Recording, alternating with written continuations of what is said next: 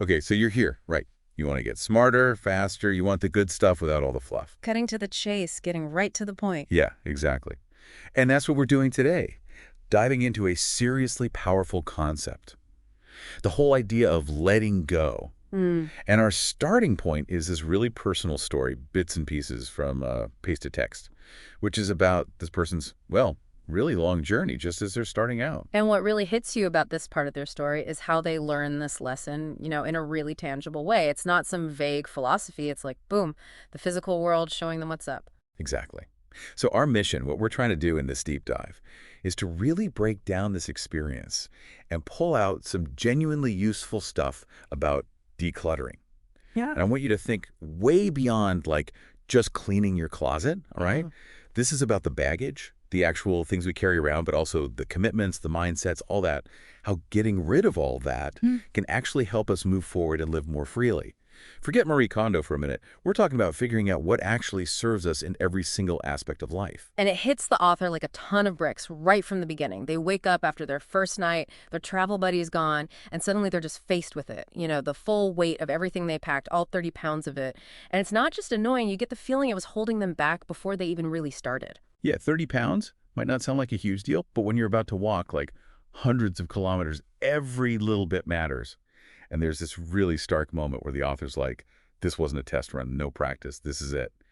The enormity of the challenge just hits them, and they realize flat out, I couldn't do a few hundred kilometers with this weight. That's got to be a pretty brutal and sudden realization. It makes you think about how we always want to be prepared for, anything and everything. We tend to pack way too much stuff, both literally and figuratively, just in case, right? But it's only when we actually start facing the challenge that we figure out what's really crucial and what's just dragging us down. All that energy we spend dealing with the extra stuff, it never outweighs the potential benefit of having it. Which brings us to this decisive moment.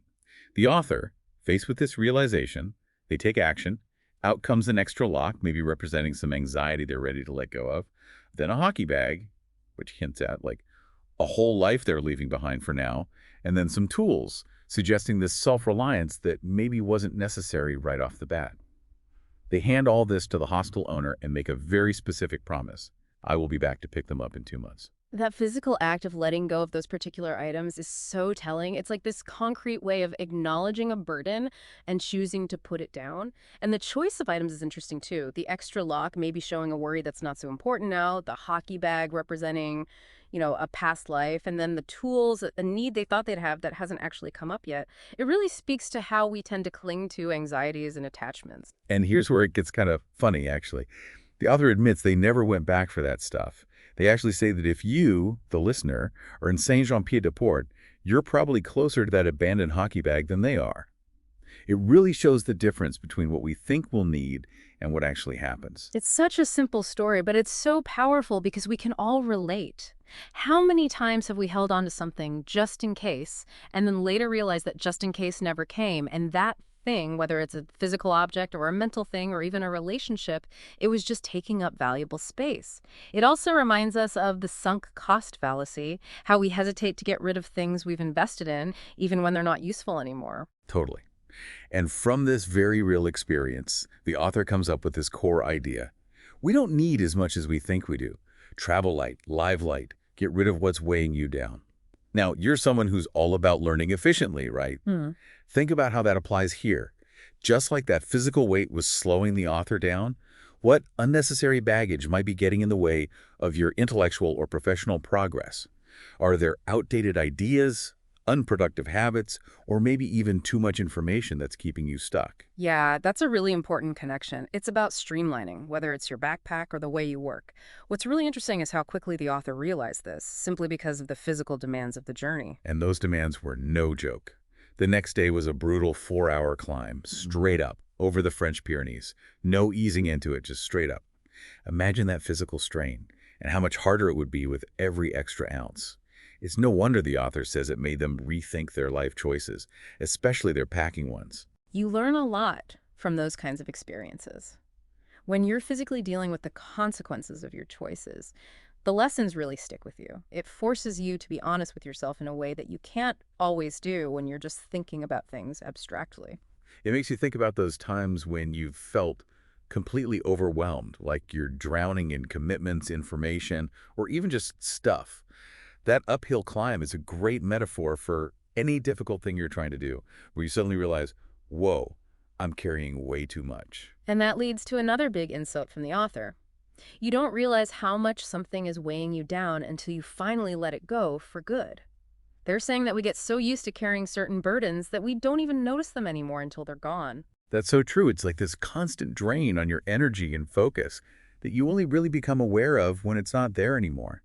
Take a minute to think about areas in your own life, maybe something you have to do that you dread, a messy digital workspace that stresses you out, a project you started but haven't finished that's just hanging over you. Could you be carrying around this kind of unnecessary weight without even realizing it? The author also talks about how hard it was to actually let go. Even after realizing it was a burden, there was still this inner struggle, this hesitation to completely get rid of the hockey bag and everything in it. They admit they weren't willing to fully let go at first, but they felt like they had no choice if they wanted to keep going. That reluctance to let go is something we all feel. We attach sentimental value to things, or we feel like we need them for security, or maybe it's just habit, even if they're not actually useful to us anymore. But like the author found out, sometimes you have to make those tough choices if you want to move forward and achieve something important. This reminds me of a proverb the author remembers from growing up in Lebanon. The more you own, the more you will be owned. It's a really clever way of saying that the things we own don't just sit there, they require our time, our energy, and our attention. And carrying everything on this journey really brought that proverb to life for the author. It wasn't just an idea anymore. It was something they felt with every step they took. Every extra item was a demand on their limited energy and strength. And that brings up the really important question the author asks, do I really need this? They say that having to physically carry all their belongings forced them to constantly ask themselves this question. And it's a question we could all ask ourselves about so much more than just what's in our bags. Do I really need to be doing this? Do I really need to hold on to this anger? Do I really need to be spending my time this way? The author says we need to be fierce about decluttering. If something constantly drains us, doesn't help us grow, or is actually holding us back, it might be time to let it go. It often takes a big change in perspective, and the author explains how going through those physical challenges on the journey helped them see things differently. When your basic needs are all that matter, you get a much clearer idea of what's truly important. And this change wasn't just about physical things. The author gives some really relatable examples of what they realized they were hoarding back in Canada. A TV they hardly ever watched, a diary from 2010 full of worries from the past, a stained sweater they kept for sentimental reasons. But even more importantly, they talk about relationships that weren't fulfilling. That's a powerful way of thinking about decluttering. It's not just about material stuff. It's about the people and commitments that take up space in our minds and hearts. You could think of it like an energy audit for your relationships. Are they adding to your energy or draining it?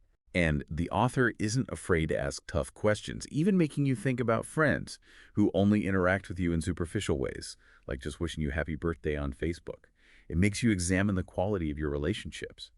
Are they really meaningful? Or are they just another form of weight you're carrying around out of habit or obligation? It shows how important it is to be intentional about everything in our lives. The physical journey becomes a metaphor for the bigger journey of life, where any unnecessary burdens, no matter what they are, can hold us back and make us less happy overall. So the key takeaway for you is this. You might be surprised at just how much extra stuff you're carrying around. And that includes actual things, obligations that drain you, habits that don't help, and even relationships that make you feel bad. It could all be slowing you down. Take some time to really think about what you actually need in different areas of your life and what you can let go of. Like our source says so clearly, don't be afraid to cut what you don't need. When we look closely at the author's experience at the beginning of their journey, it shows us how important it is to get rid of things that aren't necessary. This idea goes way beyond just packing a bag. It affects our habits, our relationships with others, and even the clutter in our own minds. So here's something to think about. Think of one thing you've been holding on to, maybe because you feel obligated or because you're scared to let go, or even just because it's familiar. Ask yourself honestly, what would it feel like to finally let it go, keep learning and growing?